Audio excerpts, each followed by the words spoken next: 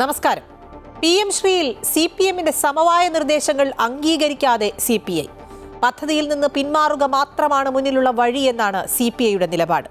എന്നാൽ നിലവിലെ സാഹചര്യത്തിൽ സർക്കാരിന് പിന്നോട്ടു പോകാനാകില്ല. കടുത്ത നിലപാടിലേക്ക് CPI പോയാൽ അത് സർക്കാരിനും മുന്നണിക്കും വലിയ തിരിച്ചടിയാകും. സമഗ്ര വാർത്തകൾ നോക്കാം. ആദ്യം തലക്കെട്ടുകൾ.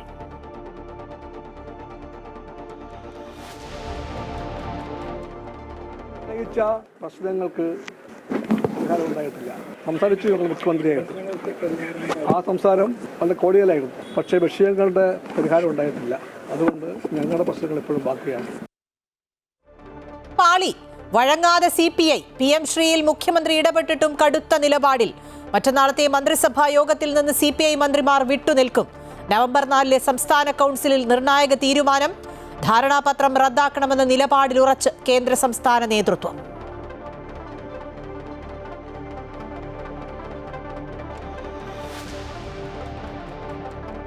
SIR-മായി മുന്നോട്ട് തന്നെ. കേരളം ഉൾപ്പെടെ 12 ഇടങ്ങളിൽ SIR ആദ്യഘട്ടത്തിൽ നടപ്പാക്കുമെന്ന കേന്ദ്ര തെരഞ്ഞെടുപ്പ് കമ്മീഷണർ. തീവ്ര വോട്ടർ പട്ടിക പരിഷ്കരണം നീട്ടിവെക്കണമെന്ന കേരളത്തിന്റെ ആവശ്യം പരിഗണിച്ചില്ല. കരട് പട്ടിക ഡിസംബർ 9-ന്, അന്തിമ പട്ടിക ഫെബ്രുവരി 7-ന്. ഉദ്യോഗസ്ഥർക്ക് നാളെ മുതൽ പരിശീലനം.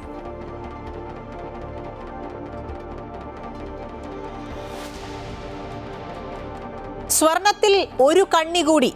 ശബരിമല സ്വർണ്ണക്കൊള്ളയിൽ വെളിപ്പെടുത്തലുമായി ഇടനിലക്കാരൻ കൽപേഷ്. സ്മാർട്ട് ക്രിയേഷനിൽ നിന്ന് ഗോവർദ്ധന് സ്വർണ്ണ പാക്കറ്റ് നൽകിയെന്ന് കൽപേഷ്. ആറന്മുളയിലെ സ്ട്രോങ് റൂമിൽ അമിക്കസ് ക്യൂറിയുടെ പരിശോധന നാളെയും തുടരും.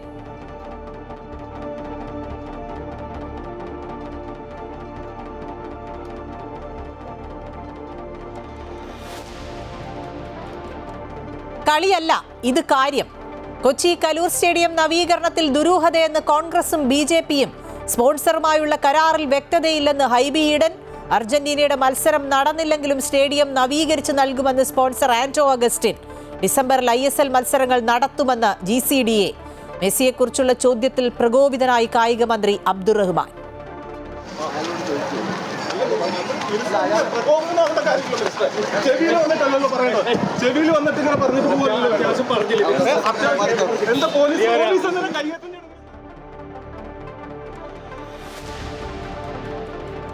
തീരം തൊടുന്ന ആശങ്ക.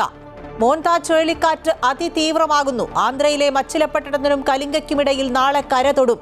ആന്ധ്ര, ഒഡീഷ, തമിഴ്നാട് തീരങ്ങളിൽ അതീവ ജാഗ്രത. സ്കൂളുകൾക്ക് അവധി.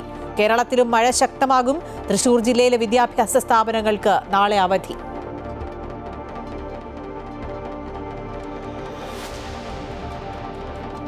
മറുപടി നേരിട്ട് വേണം. തെരുവുനായ വിഷയത്തിൽ ബംഗാളും തെലങ്കാനയും ഒഴികെയുള്ള മറ്റ് സംസ്ഥാനങ്ങളിലെ ചീഫ് സെക്രട്ടറിമാരോട് ഹാജരാകാൻ സുപ്രീം കോടതി. അടുത്ത തിങ്കളാഴ്ച നേരിട്ട് ഹാജരാകണം. നായ്ക്കളെ നിയന്ത്രിക്കുന്നതിൽ കോടതി നോട്ടീസിന് മറുപടി നൽകാത്തതിൽ രൂക്ഷ വിമർശനം.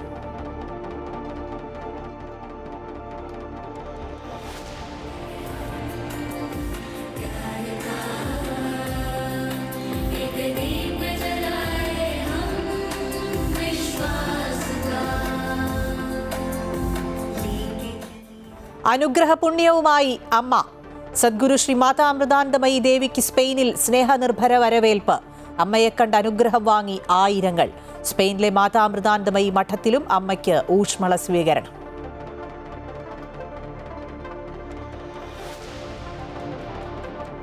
ആദ്യ സ്വർണ്ണക്കപ്പ് ആതിഥേയർക്ക്. സംസ്ഥാന സ്കൂൾ കായികമേളയിൽ സ്വർണ്ണക്കപ്പ് ഉറപ്പിച്ച് തിരുവനന്തപുരം. തൃശൂർ 2ാം സ്ഥാനത്ത്. അത്ലറ്റിക്സിൽ പാലക്കാടിനെ പിന്തള്ളി Malappuram 1ാമത്.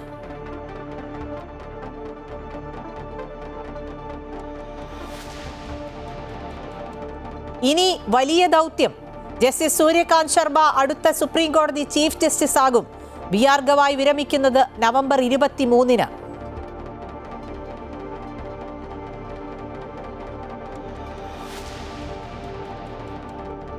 Story of the day. വടക്കൻ മണ്ണിൽ ഇനി തെയ്യക്കാലം. തുടക്കത്തിൽ സൂചിപ്പിച്ചതുപോലെ തന്നെ PM ശ്രീ ആയിരുന്നു ഇന്നത്തെ വാർത്താ ദിനത്തിലെ ഏറ്റവും പ്രധാന വാർത്ത. രാവിലെ മുതൽ ഇത് തന്നെയായിരുന്നു എല്ലാ മാധ്യമങ്ങളും ചർച്ച ചെയ്തത്. PM ശ്രീയിൽ സമവായ നിർദ്ദേശങ്ങൾ മുഖ്യമന്ത്രി മുന്നോട്ട് വെച്ചെങ്കിലും അത് അംഗീകരിക്കേണ്ട എന്ന നിലപാടാണ് CPI എടുത്തത്. മറ്റന്നാൾ നടക്കുന്ന മന്ത്രിസഭാ യോഗത്തിൽ നിന്ന് CPI മന്ത്രിമാരെ വിട്ടുനിർത്തിക്കൊണ്ട് പ്രതിഷേധിക്കാനാണ് CPI തീരുമാനിച്ചത്. നവംബർ 4 ചേരുന്ന CPI കൗൺസിലിൽ തുടർ നടപടി ചർച്ച ചെയ്യാനുള്ള തീരുമാനമാണ് ഇന്ന് ഉണ്ടായത്. തദ്ദേശ തെരഞ്ഞെടുപ്പ് അടക്കം അടുത്തിരിക്കുന്ന ഒരു ഘട്ടത്തിൽ സർക്കാരിനും അതുപോലെ തന്നെ ഇടതുമുന്നണിക്കും വലിയ തിരിച്ചടിയാകും CPI എടുക്കുന്ന നിലപാടുകൾ. അതേസമയം സർക്കാരിന് പണം പ്രധാനമാണ് എന്ന് മുഖ്യമന്ത്രി അറിയിച്ചു എന്നാണ് മനസ്സിലാക്കുന്നത്. അതായത് ബിനോയ് വിശ്വവുമായുള്ള കൂടിക്കാഴ്ചയിൽ മുഖ്യമന്ത്രി അത്തരം കാര്യങ്ങൾ പറഞ്ഞു. PM ശ്രീയിൽ നിന്ന് പിന്മാറാൻ കഴിയില്ല എന്ന് മുഖ്യമന്ത്രി പറയുന്ന ഒരു ഘട്ടമാണ് ഉണ്ടായതെന്നാണ് മനസ്സിലാക്കുന്നത്. LDF-ഉം മന്ത്രിസഭയിലൊക്കെ ഉപസമിതിയൊക്കെ നിയോഗിച്ച് മുന്നോട്ട് പോകാനുള്ള നിർദ്ദേശങ്ങൾ മുഖ്യമന്ത്രി മുന്നോട്ട് വെച്ചെങ്കിലും അതെല്ലാം CPI പാടെ തള്ളുകയായിരുന്നു. MOUയിൽ നിന്ന് പിന്മാറണം എന്നുള്ള ആവശ്യം മാത്രമാണ് CPI മുന്നോട്ട് വെച്ചത്.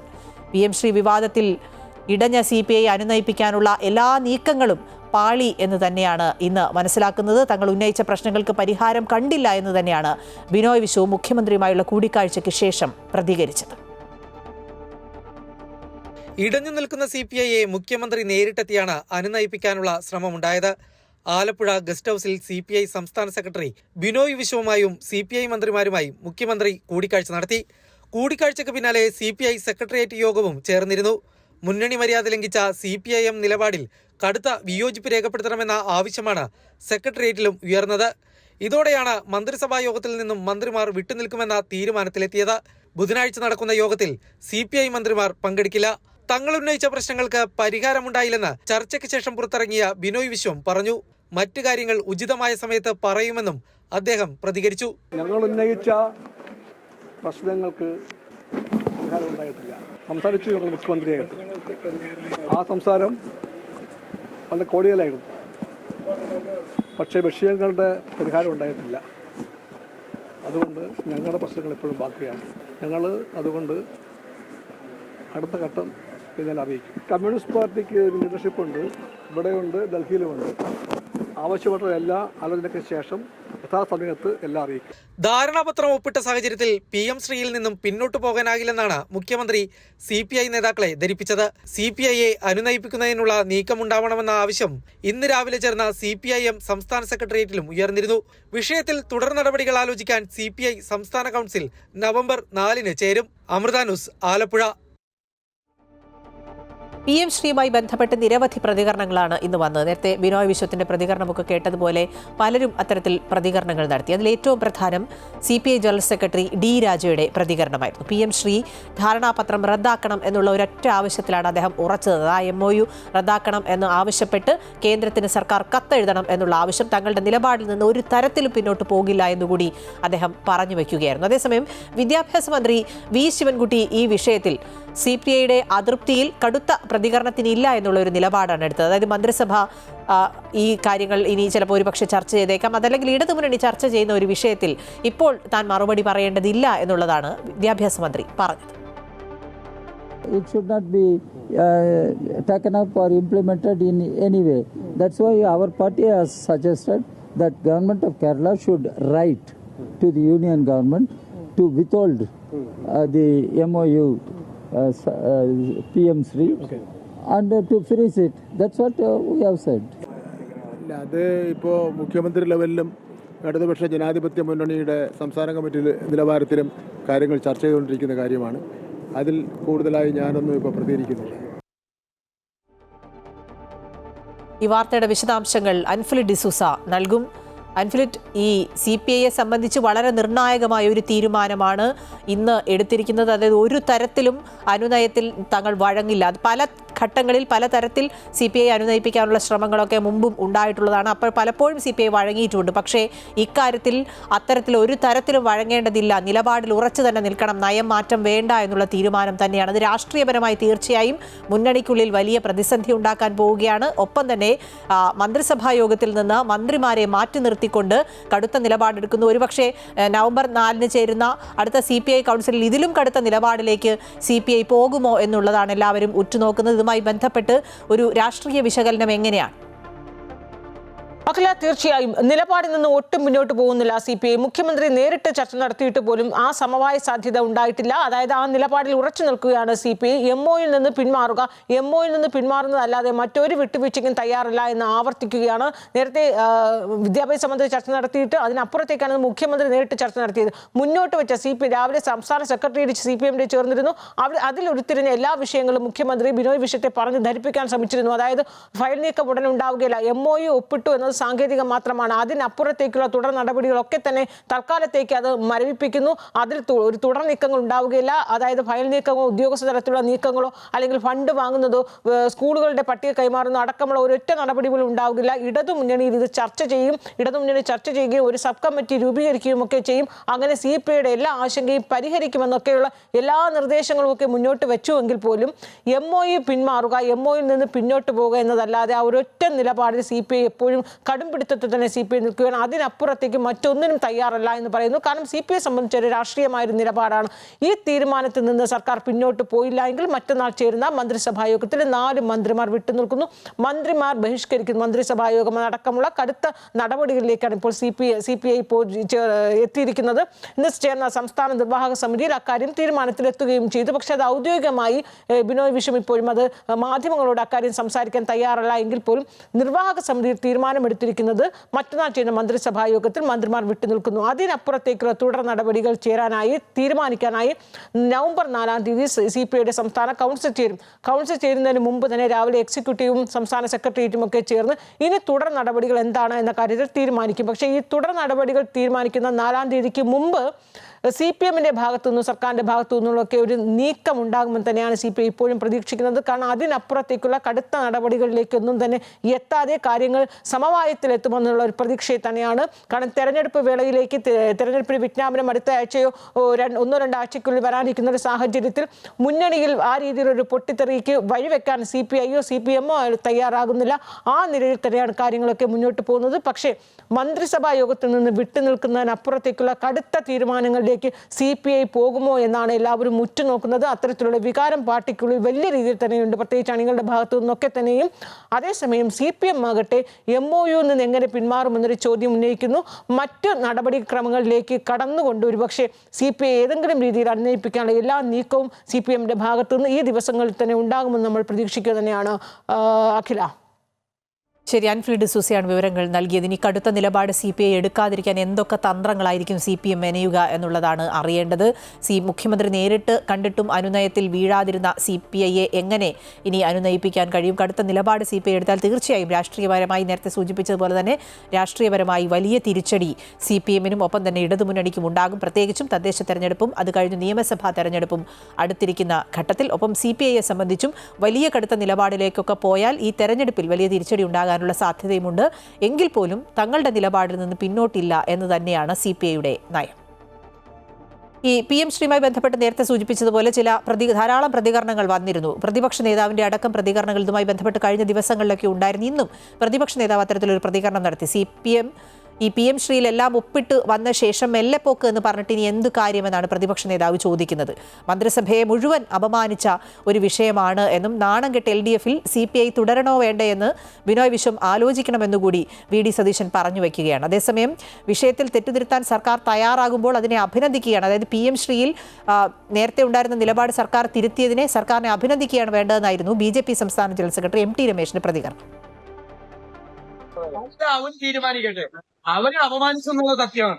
എന്നിട്ട് ഏത് CPI എന്നും ചോദിച്ചു. അതിനേക്കാൾ കൂടുതൽ അവരെ അവമാനിക്കുന്നതിന് അവരുടെ മന്ത്രി ഇതിൽ ഒപ്പുവെക്കരുതെന്ന് മന്ത്രിസഭയിൽ പറയുമ്പോ ഇത് ഒപ്പുവെച്ചിട്ടാണ് മുഖ്യമന്ത്രിയും വിദ്യാഭ്യാസ മന്ത്രിയും അത് അറിഞ്ഞുകൊണ്ട് മിണ്ടാതെ അവിടെ ഇരുന്നു എന്ന് പറയുന്നത് എന്തുമാത്രം കബളിപ്പിക്കലാണ്. നാട്ടുപുറത്ത് പോലും ചെയ്യില്ലല്ലോ ഇതുപോലത്തെ പറ്റിക്കല്. ഇതിന്റെ പുറകിൽ ദുരൂഹത എന്താണ്? ഇതിന്റെ പുറകിൽ എന്ത് കോൺഫിഡൻസ് നടന്നിട്ടുള്ളത്? ഒരു സർക്കാരിനും ദേശീയ വിദ്യാഭ്യാസ നയം നടപ്പിലാക്കുന്ന മാറ്റി നിൽക്കാൻ വേണ്ടി കഴിയില്ല. നമ്മൾ വെറുതെ ഇതൊക്കെ രാഷ്ട്രീയമായ പല ആളുകളെയും തൃപ്തിപ്പെടുത്താനുള്ളതാണ്. ദേശീയ വിദ്യാഭ്യാസ നയം രാജ്യത്തിലെ പാർലമെൻറ്റ് അംഗീകരിച്ചിട്ടുള്ള വിദ്യാഭ്യാസ നയമാണ്. ഓൾറെഡി ഇപ്പോൾ തന്നെ എല്ലാ സർവകലാശാലകളിലും ദേശീയ വിദ്യാഭ്യാസം നടപ്പിലാക്കുന്നുണ്ട്. അത് കേരളത്തിലെ ആളുകൾ കാണാതെ പോകുന്നതാണ്. രാജ്യം BJP ഗവൺമെൻറ്റാണ് ഭരിക്കുന്നത്. ചില സന്ദർഭത്തിൽ കേരളത്തിലെ CPM മന്ത്രിമാരോട് മറന്നുപോകും. അത് ഓർമ്മപ്പെടുത്തേണ്ട സന്ദർഭത്തിൽ ഞങ്ങൾ ഓർമ്മപ്പെടുത്താറുണ്ട്. അങ്ങനെ ഒരു പാർട്ടി ഉണ്ട് എന്ന് ആൾക്കാർക്ക് ബോധ്യപ്പെടാൻ വേണ്ടിയിട്ടായിരിക്കും. PM ശ്രീയുമായി ബന്ധപ്പെട്ട് പലതരത്തിലുള്ള പ്രതിഷേധങ്ങൾ കഴിഞ്ഞ ദിവസങ്ങളിലൊക്കെ ഉണ്ടായിട്ടുണ്ട്. യുവജന പ്രസ്ഥാനങ്ങളുടെ ഭാഗത്തു നിന്നൊക്കെ ഉണ്ടായി. ഇന്ന് KSU വിദ്യാഭ്യാസ മന്ത്രിയുടെ ഓഫീസിലേക്ക് ഒരു മാർച്ച് നടത്തിയിരുന്നു. വലിയ സംഘർഷത്തിലാണ് ആ മാർച്ച് അവസാനിച്ചത്. ബാരിക്കേഡ് മറികടക്കാൻ ശ്രമിച്ച പ്രവർത്തകർക്ക് നേരെ പോലീസ് ജലപീരങ്കി പ്രയോഗിക്കുകയായിരുന്നു. പോലീസുകാർക്ക് നേരെ പ്രവർത്തകർ കല്ലും കമ്പും എറിഞ്ഞത് സംഘർഷത്തിനിടയാക്കിയെന്നാണ് മനസ്സിലാക്കുന്നത്. കേരളത്തിലെ വിദ്യാർത്ഥി മേഖലയിൽ കാവ്യവൽക്കരണം അനുവദിക്കില്ല എന്ന് KSU വ്യക്തമാക്കി. ഏതെങ്കിലും സ്കൂളിന് മുന്നിൽ PM ശ്രീ ബോർഡ് വയ്ക്കാൻ വന്നാൽ അത് പിഴുതെറിയുമെന്ന് പ്രതിഷേധം ഉദ്ഘാടനം ചെയ്ത സംസ്ഥാന അധ്യക്ഷൻ KSU സംസ്ഥാന അധ്യക്ഷൻ അലോഷ്യസ് സേവ്യർ പറഞ്ഞു. കേരളത്തിന്റെ വിദ്യാഭ്യാസ മേഖലയെ കാവ്യവൽക്കരിക്കാനോ സംഘവൽക്കരിക്കാനോ ശ്രമിച്ചാൽ അതിനെ നഖശിതാന്തം എതിർത്ത് കേരളത്തിന്റെ തെരുവുകളിൽ അവസാനത്തുള്ളി രക്തം പൊടിഞ്ഞു വീഴുന്നത് വരെ, അവസാനത്തെ KSU പ്രവർത്തകൻ ഇവിടെ മരിച്ചു വീഴുന്നത് വരെ, ഞങ്ങൾ മരിച്ചു വീണു കഴിഞ്ഞാലും ഞങ്ങൾ ഇതിനുവേണ്ടി സംഘപരിവാർ വൽക്കരണത്തിന് വേണ്ടി കേരളത്തിന്റെ വിദ്യാഭ്യാസ മേഖലയെ വിട്ടുകൊടുക്കില്ല എന്ന് പറയുകയാണ്.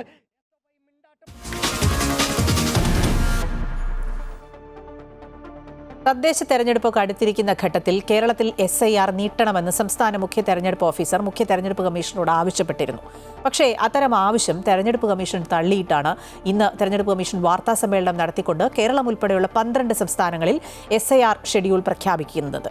SIRന്റെ ഭാഗമായി നിലവിലെ വോട്ടർ പട്ടികയും മരവിപ്പിച്ചിട്ടുണ്ട്. തദ്ദേശ തെരഞ്ഞെടുപ്പ് നടക്കുന്നതിനാൽ സൂചിപ്പിച്ച പോലെ ആവശ്യം കേരളം മുന്നോട്ട് വെച്ചിരുന്നു. പക്ഷേ അതിൽ കമ്മീഷൻ നിലപാട് മാറ്റി. 12 സംസ്ഥാനങ്ങൾ ഒപ്പം കേന്ദ്രഭരണ പ്രദേശങ്ങളിലും ഈ SIR നടപ്പാക്കുകയാണ്. കേരളത്തിന് പുറമെ ഛത്തീസ്ഗഡ്, ഗോവ, ഗുജറാത്ത്, മധ്യപ്രദേശ്, രാജസ്ഥാൻ, തമിഴ്നാട്, ഉത്തർപ്രദേശ്, പശ്ചിമ ബംഗാൾ എന്നീ സംസ്ഥാനങ്ങളിലും പുതുച്ചേരി, ലക്ഷദ്വീപ്, ആൻഡമാൻ എന്നീ കേന്ദ്രഭരണ പ്രദേശങ്ങളിലുമാണ് ആദ്യഘട്ടത്തിൽ SIR നടപ്പിലാക്കുന്നത്. SIRന്റെ കരട് പട്ടിക ഡിസംബർ 9 പ്രസിദ്ധീകരിക്കും. നവംബർ 4 മുതൽ ഡിസംബർ 4 വരെയായിരിക്കും കേരളമടക്കമുള്ള സംസ്ഥാനങ്ങളിൽ വോട്ടർ പട്ടിക പരിഷ്കരണം നടക്കുക. ഫെബ്രുവരി 7 അന്തിമ പട്ടിക പുറത്തിറക്കുക. SIR के समय EROs और AEROs मिलकर सबसे पहला जो काम करेंगे वो इन्यूमरेशन फॉर्म्स को प्रिंट करेंगे. जिन राज्यों में SIR हो रहा है या अभी होने वाला है उनकी मतदाता सूची आज रात को 12 बजे फ्रीज कर दी जाएगी और उन हर मतदाता को जिसका नाम उस सूची में है उसको एक यूनिक इन्यूमरेशन फॉर्म प्रिंट करके BLO उसके घर देने जाएंगे. നാളെ മുതൽ BLOമാർക്ക് പരിശീലനം ആരംഭിക്കും. രാഷ്ട്രീയ പാർട്ടികളുമായി SIR സംബന്ധിച്ച് CEOമാർ ചർച്ച നടത്തി വിശദീകരിക്കും. രാഷ്ട്രീയ പാർട്ടികൾ നിർദ്ദേശിക്കുന്ന ബൂത്ത് തല ഏജന്റുമാർക്കും പരിശീലനം നൽകുമെന്നും കേന്ദ്ര മുഖ്യ തെരഞ്ഞെടുപ്പ് കമ്മീഷണർ ജ്ഞാനേഷ് കുമാർ വ്യക്തമാക്കി. ആധാർ കാർഡ് തിരിച്ചറിയൽ രേഖയായി പരിഗണിക്കും. ബീഹാറിൽ SIR വിജയകരമായി പൂർത്തിയാക്കിയിരുന്നു. ഒരു അപ്പീൽ പോലും ഇക്കാര്യത്തിൽ ബീഹാറിൽ നിന്നുണ്ടായിട്ടില്ലെന്നും അദ്ദേഹം പറഞ്ഞു. നിയമസഭാ തെരഞ്ഞെടുപ്പ് നടക്കുന്ന കേരളം ഉൾപ്പെടെയുള്ള സംസ്ഥാനങ്ങളെ ആദ്യഘട്ട പട്ടികയിൽ ഉൾപ്പെടുത്തുമെന്ന സൂചന നേരത്തെ തെരഞ്ഞെടുപ്പ് കമ്മീഷൻ നൽകിയിരുന്നു. തദ്ദേശ തെരഞ്ഞെടുപ്പ് നടക്കുന്ന സാഹചര്യത്തിൽ കേരളത്തിലെ SIR നീട്ടിവെക്കണമെന്ന് രാഷ്ട്രീയ കക്ഷികൾ ആവശ്യപ്പെട്ടെങ്കിലും തെരഞ്ഞെടുപ്പ് കമ്മീഷൻ ഇക്കാര്യം പരിഗണിച്ചില്ല. 1951 മുതൽ 2004 വരെ 8 തവണ രാജ്യത്ത് തീവ്ര വോട്ടർ പട്ടിക പരിഷ്കരണം നടന്നിട്ടുണ്ട്. News desk Amrita news.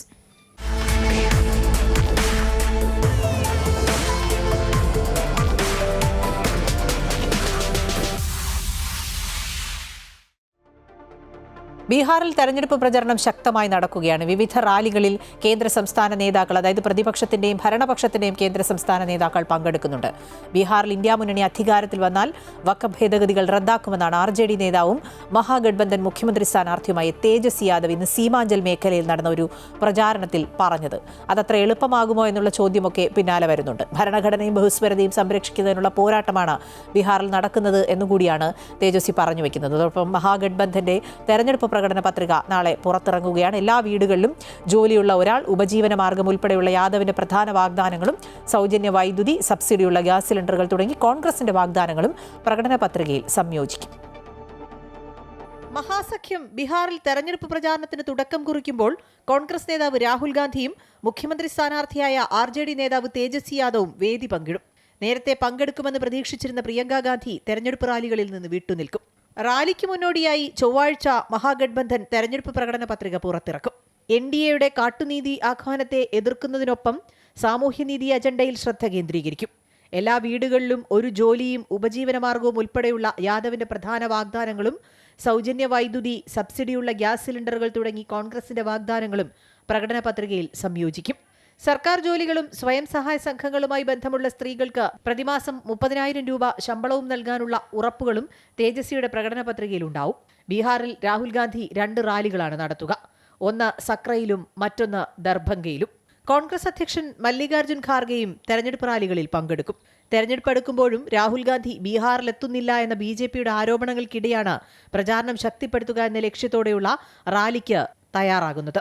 ബീഹാറിൽ 243 സീറ്റിലേക്കും 2 ഘട്ടങ്ങളിലായാണ് തെരഞ്ഞെടുപ്പ്. നവംബർ 6-നും നവംബർ 11-നും. വോട്ടെണ്ണൽ നവംബർ 14-ന് നടക്കും. മഹാഗഡ്ബന്ധന്റെ സീറ്റ് വിഭജനത്തിൽ RJD 143 സ്ഥാനാർത്ഥികളെ നിർത്തിയിട്ടുണ്ട്. കോൺഗ്രസ് 61 സീറ്റുകളിലാണ് മത്സരിക്കുന്നത്. ബാക്കിയുള്ള സീറ്റുകൾ CPI-ML, മുകേഷ് സഹാനിയുടെ VIP, മറ്റ് സഖ്യകക്ഷികൾ എന്നിവർ പങ്കിടുന്നു. News desk Amrita TV.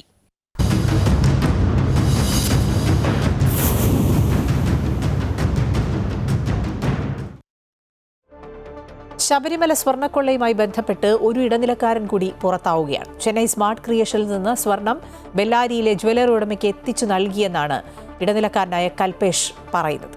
തന്റെ സ്ഥാപനവും ബെല്ലാരിയിലെ ജ്വല്ലറി ഉടമയുമായുള്ള ബിസിനസ് ബന്ധത്തിന്റെ പേരിലാണ് സ്വർണം എത്തിച്ചു നൽകിയതെന്നുകൂടി കൽപേഷ് അവകാശപ്പെടുകയാണ്. ദേവസ്വം വിജിലൻസ് ഹൈക്കോടതിയിൽ സമർപ്പിച്ച റിപ്പോർട്ടിലാണ് കൽപേഷ് എന്ന ഈ പേര് ഇപ്പോൾ ഉയർന്നു കേൾക്കുന്നത്. അതായത് ഉണ്ണികൃഷ്ണൻ പോറ്റി, മുരാരി ബാബു, അതിന് പിന്നാലെ അടുത്തൊരു പേരുകൂടി വരികയാണ് കൽപേഷ്. ഈ കൽപേഷിന് ഈ സ്വർണ്ണക്കൊള്ളയുമായി എന്ത് ബന്ധം എന്നുള്ളതടക്കമുള്ള കാര്യങ്ങളിൽ ഇനി കൃത്യമായ അന്വേഷണവും അത് സംബന്ധിച്ച വിവരങ്ങളും പുറത്തു വരേണ്ടതുണ്ട്. ഏതായാലും നിർണായക വെളിപ്പെടുത്തലാണ് ഇപ്പോൾ കൽപേഷ് നടത്തിയിരിക്കുന്നത് എന്നതാണ് ഇതിൽ പ്രധാനം. കൽപേഷിനെ ചോദ്യം ചെയ്യുകയോ സ്ഥാപനത്തിൽ പരിശോധന നടത്തുകയോ ഉണ്ടായിട്ടില്ല എന്നതും വസ്തുതയാണ്. ദേവസ്വം വിജിലൻസ് ഹൈക്കോടതിയിൽ സമർപ്പിച്ച റിപ്പോർട്ടിലാണ് കൽപേഷ് എന്ന പേര് ആദ്യമായി ഉയർന്നത്. വേർതിരിച്ചെടുത്ത സ്വർണത്തിൽ ബാക്കിയുണ്ടായിരുന്ന 476 ഗ്രാം കൽപേഷ് ബെല്ലാരിയിൽ എത്തിച്ചു നൽകിയെന്നായിരുന്നു റിപ്പോർട്ടിലെ പരാമർശം. രാജസ്ഥാൻ സ്വദേശിയായ 31 വയസ്സുകാരനാണ് കൽപേഷ്. ഇയാളെക്കുറിച്ചുള്ള വിവരങ്ങൾ ഇന്നാദ്യമായാണ് പുറത്തുവരുന്നത്.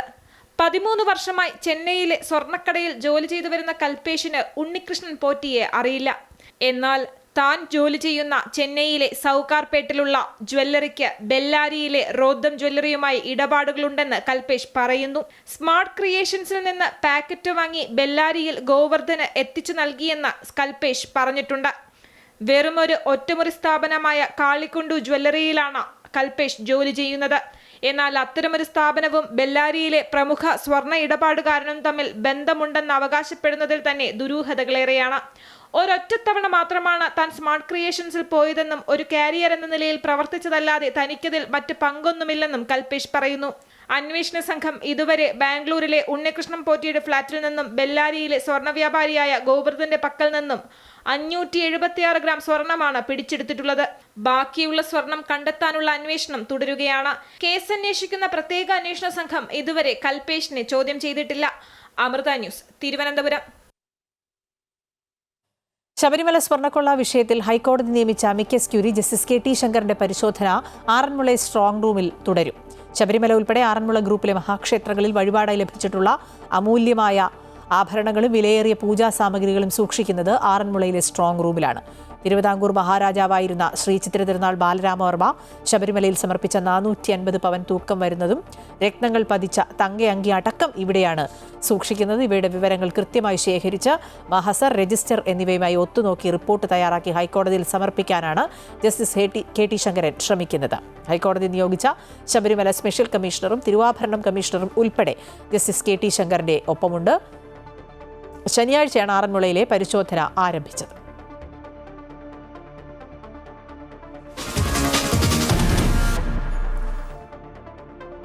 കലൂർ സ്റ്റേഡിയവുമായി ബന്ധപ്പെട്ട് വലിയ വിവാദങ്ങൾക്കാണ് ഇപ്പോൾ തിരികൊളുത്തിയിരിക്കുന്നത്. സ്പോൺസർക്ക് കൈമാറിയതിന് പിന്നിൽ ദുരൂഹതയുണ്ട് എന്നുള്ള ആരോപണമാണ് കോൺഗ്രസും അതോടൊപ്പം തന്നെ BJPയും ഒക്കെ ഉയർത്തുന്നത്. നിരവധി ചോദ്യങ്ങൾ ഹൈബി ഈഡൻ ഇന്ന് ഉന്നയിച്ചിട്ടുണ്ട്. നവീകരണ പ്രവർത്തനങ്ങളിൽ ദുരൂഹതയുണ്ട് എന്ന് മറ്റ് ജനപ്രതിനിധികളും പറയുകയാണ്. സ്പോൺസറുമായി ഉണ്ടാക്കിയ കരാറിൽ വ്യക്തതയില്ല എന്നാണ് ഹൈബി ഈഡൻ ചൂണ്ടിക്കാട്ടിയത്. അതേസമയം നവീകരണത്തിന് ശേഷം സ്റ്റേഡിയം GCDAക്ക് തിരികെ നൽകുമെന്ന് സ്പോൺസർ ആന്റോ അഗസ്റ്റിൻ പറഞ്ഞു. ഡിസംബറിൽ ISL മത്സരങ്ങൾ സ്റ്റേഡിയത്തിൽ നടക്കുമെന്ന് GCDAയും അറിയിച്ചിട്ടുണ്ട്. ഇതൊക്കെ നടക്കുമോ എന്നിനി കണ്ടു തന്നെ അറിയണം. അർജന്റീന ഫുട്ബോൾ ടീമിന്റെയും മെസ്സിയുടെയും കേരള സന്ദർശനവുമായി ബന്ധപ്പെട്ട് കലൂർ ജവഹർലാൽ നെഹ്റു സ്റ്റേഡിയത്തിൽ നടക്കുന്ന നിർമ്മാണ പ്രവർത്തനങ്ങളിൽ ദുരൂഹതയുണ്ടെന്നാണ് എറണാകുളം MP ഹൈബി ഈഡന്റെ ആരോപണം. നവീകരണ പ്രവർത്തനങ്ങളിൽ സുതാര്യതയില്ലെന്നും കൃത്യമായ അനുമതികൾ ഉണ്ടോയെന്ന് GCDA വ്യക്തമാക്കണമെന്നും അദ്ദേഹം ആവശ്യപ്പെട്ടു. ഇത് സംബന്ധിച്ച് GCDA ചെയർമാന് ഹൈബി കത്ത് നൽകുകയും ചെയ്തു. MLA-മാരായ ഉമാ തോമസ്, TJ വിനോദ് എന്നിവർക്കൊപ്പം ഹൈബി ഈഡൻ സ്റ്റേഡിയം സന്ദർശിച്ചു. ഇതൊരു സ്പോർട്ടിംഗ് ഇവൻ്റ് ആണോ, ഒരു ബിസിനസ് പ്ലാൻ ആണോ? This is football stadium. അതിനനുയോജ്യമായി ആണോ ഭാവിയിലേക്ക് ഇത് പണിതുകൊണ്ടിരിക്കുന്നത്? ടെക്നിക്കൽ എക്സ്പെർട്ടീസ് ഉള്ള ആളുകളാണോ ഇതിന് നേതൃത്വം കൊടുക്കുന്നത്? സ്പോർട്സ് കേരള ഫൗണ്ടേഷൻ എന്താണ് ചെയ്യുന്നത്? ഇവിടെ എന്തെങ്കിലും സംഭവിച്ചാൽ ആരാണ് ഇതിൻ്റെ ഉത്തരവാദി? സ്റ്റേഡിയം നവീകരണത്തിനായി നവംബർ 30 വരെയാണ് sponsor Andrew Augustine sports Kerala ഫൗണ്ടേഷനുമായി കരാറുള്ളത്. അതിനുശേഷം സ്റ്റേഡിയം തിരികെ നൽകുമെന്നും തനിക്ക് ഒരു അവകാശവും വേണ്ടെന്നും ആൻഡ്രൂ വ്യക്തമാക്കി. ഞാൻ SKF ആണ്, എനിക്ക് GCDA ആയിട്ട് ബന്ധമില്ലല്ലോ. ഞാൻ SKFിൻ്റെ അടുത്തതാണ്. കാരണം SKF ആണ് ഇതിൻ്റെ കളി നടത്തേണ്ട അതോറിറ്റി. എന്നെ സംബന്ധിച്ചിടത്തോളം എനിക്ക് 30 തീയതിക്ക് ശേഷം സ്റ്റേഡിയമേ വേണ്ട. ഞാൻ GCDA ചെയർമാനോട് ആവശ്യപ്പെട്ടിട്ടില്ല എനിക്ക് മുന്നോട്ട് കൊണ്ടുപോകണമെന്ന്. നവംബർ 17-ാം തീയതി ഇൻ്റർനാഷണൽ ഫുട്ബോൾ മത്സരം നടത്താൻ വേണ്ടിയിട്ട് സ്റ്റേഡിയത്തെ ഡെവലപ്പ് ചെയ്യുമെന്ന് പറഞ്ഞിട്ടുള്ളൂ. എന്നെ സംബന്ധിച്ചിടത്തോളം എല്ലാത്തിനും പെർമിഷൻ ഉണ്ട്. പാർക്കിംഗ് ഗ്രൗണ്ടുകളുടെ പുനരുദ്ധാരണം, ചുറ്റുമതിൽ നിർമ്മാണം, സീറ്റുകളുടെ നവീകരണം തുടങ്ങിയവ നടന്നു വരുന്നതായി GCDAയുടെ വാർത്താക്കുറിപ്പിൽ ചൂണ്ടിക്കാട്ടുന്നു. മാത്രമല്ല ഡിസംബറിൽ ISL മത്സരങ്ങൾ ഇവിടെ നടക്കുമെന്നും GCDA അറിയിച്ചു. സർക്കാരിന്റെ ഔദ്യോഗിക ഉത്തരവ് പ്രകാരമാണ് സ്റ്റേഡിയം സ്പോൺസർ ആൻഡ്രൂ അഗസ്റ്റിന് വിട്ടു നൽകിയതെന്നും GCDA വ്യക്തമാക്കി. അമൃത ന്യൂസ്, കൊച്ചി. അതേസമയം ഈ മെസ്സിയുടെ വരവുമായി ബന്ധപ്പെട്ട് നേരത്തെ മികച്ച പ്രതികരണങ്ങളാണ് മന്ത്രി അബ്ദുറഹ്മാൻ നൽകിയിരുന്നത്. പക്ഷേ ഇന്നിപ്പോൾ മെസ്സി വരുന്നതുമായി ബന്ധപ്പെട്ട ചോദ്യത്തിന് വളരെ ദേഷ്യമാണ് മന്ത്രിക്ക് തോന്നിയത്. പ്രകോപിതനായാണ് മന്ത്രി പെരുമാറിയത്. തൃശൂർ എരുമപ്പെട്ടിയിലായിരുന്നു ആ സംഭവം. മാധ്യമപ്രവർത്തകരുടെ മൈക്കും ക്യാമറയും തട്ടിമാറ്റാനുള്ള ഒരു ശ്രമമൊക്കെ മന്ത്രി നടത്തി. മെസ്സി വരുന്ന കാര്യങ്ങളെക്കുറിച്ച് സ്പോൺസറോട് ചോദിക്കാനാണ് മന്ത്രി പറഞ്ഞത്. മന്ത്രിയെ പിന്തുണച്ച് ചാനൽ മൈക്കുകളും ക്യാമറകളും തള്ളിമാറ്റി AC മൊയ്തീൻ MLA-യും കൂടെ ഉണ്ട്.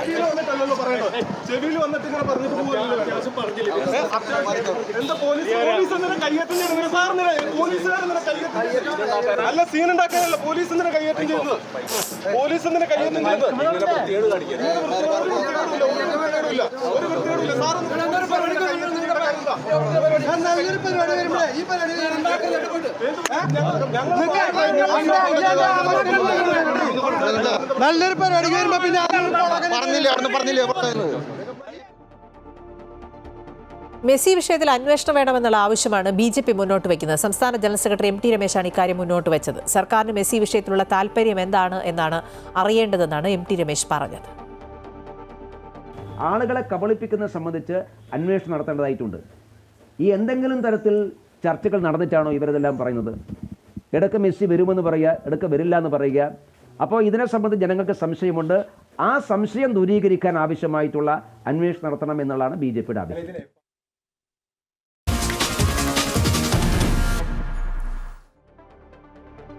ബംഗാൾ ഉൾക്കടലിൽ മോന്ത ചുഴലിക്കാറ്റ് രൂപപ്പെട്ടതോടെ ദക്ഷിണേന്ത്യൻ സംസ്ഥാനങ്ങളിൽ കനത്ത ജാഗ്രതാ നിർദ്ദേശമാണ് നൽകിയിരിക്കുന്നത്. ഈ ചൊവ്വാഴ്ചയോടെ ചുഴലിക്കാറ്റ് തീരം തൊടും എന്നുള്ളൊരു പ്രവചനമാണ് കാലാവസ്ഥാ വകുപ്പ് ഇപ്പോൾ നൽകിയിരിക്കുന്നത്. ആന്ധ്രാപ്രദേശ് തീരത്ത് മച്ചിലിപ്പട്ടണത്തിനും കലിംഗപട്ടണത്തിനും ഇടയിൽ കാക്കിനടയ്ക്ക് സമീപമാണിത് കര തൊടുക എന്നാണ് മനസ്സിലാക്കുന്നത്. മണിക്കൂറിൽ പരമാവധി 110 കിലോമീറ്റർ വരെ വേഗതയുണ്ടാകും എന്നുകൂടി കാലാവസ്ഥാ വകുപ്പ് പ്രതീക്ഷിക്കുകയാണ്. ഒഡീഷ ആന്ധ്ര തീരത്താണ് ഏറ്റവും അധികം നാശനഷ്ടം ഈ ചുഴലിക്കാറ്റ് വരുത്തുക എന്നുള്ളൊരു നിഗമനം കൂടി കാലാവസ്ഥാ വകുപ്പിനുണ്ട്. ഒപ്പം സംസ്ഥാനത്തും അതീവ ജാഗ്രത തുടരുകയാണ്. ദേവിക ചന്ദ്രൻ ഈ വാർത്തയുടെ വിശദാംശങ്ങൾ നൽകും. ദേവിക, ഞാൻ സൂചിപ്പിച്ചതുപോലെ മോന്ത ചുഴലിക്കാറ്റ് തീരം തൊടാനിരിക്കുകയാണ്. അതുകൊണ്ട് തന്നെ ആന്ധ്ര, ഒഡീഷ, തമിഴ്നാട് തീരങ്ങളിൽ അതീവ ജാഗ്രതാ നിർദ്ദേശമുണ്ട്. സ്കൂളുകൾക്കൊക്കെ അവധി പ്രഖ്യാപിച്ച് മുന്നോട്ട് പോവുകയാണ്. സംസ്ഥാനത്തേക്ക് വന്നാലും ഈ ചുഴലിക്കാറ്റിന്റെ പശ്ചാത്തലത്തിൽ സംസ്ഥാനത്തും ശക്തമായ മഴയുണ്ടാവും. വടക്കൻ കേരളത്തിലാവും അത് ഏറ്റവും അധികം ബാധിക്കുക എന്നാണ് മനസ്സിലാക്കുന്ന വിവരങ്ങൾ. അങ്ങനെ തന്നെയാണ് മനസ്സിലാക്കുന്നത് അഖില. ഈ മൊന്ത ചുഴലിക്കാറ്റ് ബംഗാൾ ഉൾക്കടലിൽ രൂപപ്പെട്ടതോടെ വിവിധ സംസ്ഥാനങ്ങളിൽ അതിതീവ്ര ജാഗ്രതാ നിർദ്ദേശം പുറപ്പെടുവിച്ചിട്ടുണ്ട്. ഈ ആന്ധ്രാപ്രദേശിലും ഒഡീഷയുടെ തെക്കൻ ജില്ലകളിലും നിലവിൽ റെഡ് അലർട്ടാണ് നിലനിൽക്കുന്നത്. തമിഴ്നാട്ടിലെ വടക്കൻ ജില്ലകളിൽ ഉൾപ്പെടെ ശക്തമായിട്ടുള്ള മഴയാണ് നിലവിൽ ലഭിച്ചുകൊണ്ടിരിക്കുന്നത്. എന്തായാലും നാളെ പുലർച്ചെയോടെ ഈ മൊന്ത ചുഴലിക്കാറ്റ് തീവ്ര ചുഴലിക്കാറ്റായിട്ട് രൂപം മാറും. അതിനുശേഷം 110 കിലോമീറ്റർ വേഗതയിൽ ഇത്തരത്തിൽ ആന്ധ്രാ തീരം തൊടുമെന്ന് തന്നെയാണ് കേന്ദ്ര കാലാവസ്ഥാ വകുപ്പ് മുന്നറിയിപ്പ് നൽകുന്നത്. അങ്ങനെയാണെങ്കിൽ കിഴക്കൻ തീരങ്ങളിൽ ശക്തമായിട്ടുള്ള മഴ തന്നെയായിരിക്കും അനുഭവപ്പെടുക.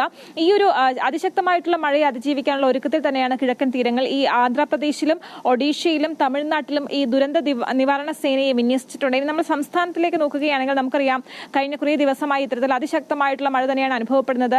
ഈ മൊന്ത ചുഴലിക്കാറ്റ് തീവ്ര ചുഴലിക്കാറ്റായി മാറുകയാണെങ്കിൽ, തീരം തൊടുകയാണെങ്കിൽ അതിന്റെ ഒരു പ്രതിഫലനം കേരളത്തിലും ഉണ്ടാകും. വരും ദിവസങ്ങളിലും അതിശക്തമായിട്ടുള്ള മഴയ്ക്ക് തന്നെയാണ് സാധ്യതയുള്ളത്. നിലവിൽ 6 ജില്ലകളിൽ ഓറഞ്ച് അലർട്ടാണ് പ്രഖ്യാപിച്ചിട്ടുള്ളത്. തൃശൂർ ജില്ലയിൽ ഈ കനത്ത മഴ കണക്കിലെടുത്ത് ഈ നാളെ എല്ലാ വിദ്യാഭ്യാസ സ്ഥാപനങ്ങൾക്കും അവധി പ്രഖ്യാപിച്ചിട്ടുണ്ട്. റെസിഡൻഷ്യൽ സ്കൂളുകൾക്ക് ഈ ഒരു അവധി ബാധകമല്ല. മുൻകൂട്ടി നിശ്ചയിച്ച അഭിമുഖങ്ങൾക്കോ പരീക്ഷകൾക്കോ ഈ അവധി ബാധകമായിരിക്കില്ല. മറ്റെല്ലാ സ്ഥാപനങ്ങൾക്കും, പ്രൊഫഷണൽ കോളേജുകൾ ഉൾപ്പെടെയുള്ള എല്ലാ വിദ്യാഭ്യാസ സ്ഥാപനങ്ങൾക്കും നാളെ അവധിയായിരിക്കും.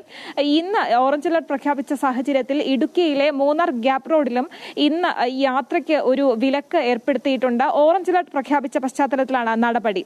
അഖില.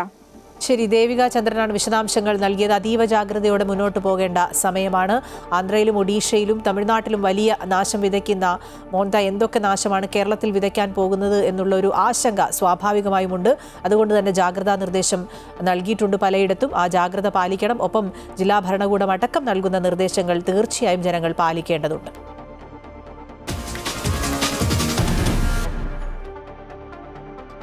വിദേശ രാജ്യങ്ങൾക്ക് മുന്നിൽ രാജ്യത്തിന്റെ പ്രതിച്ഛായ ഇടിയുന്നു.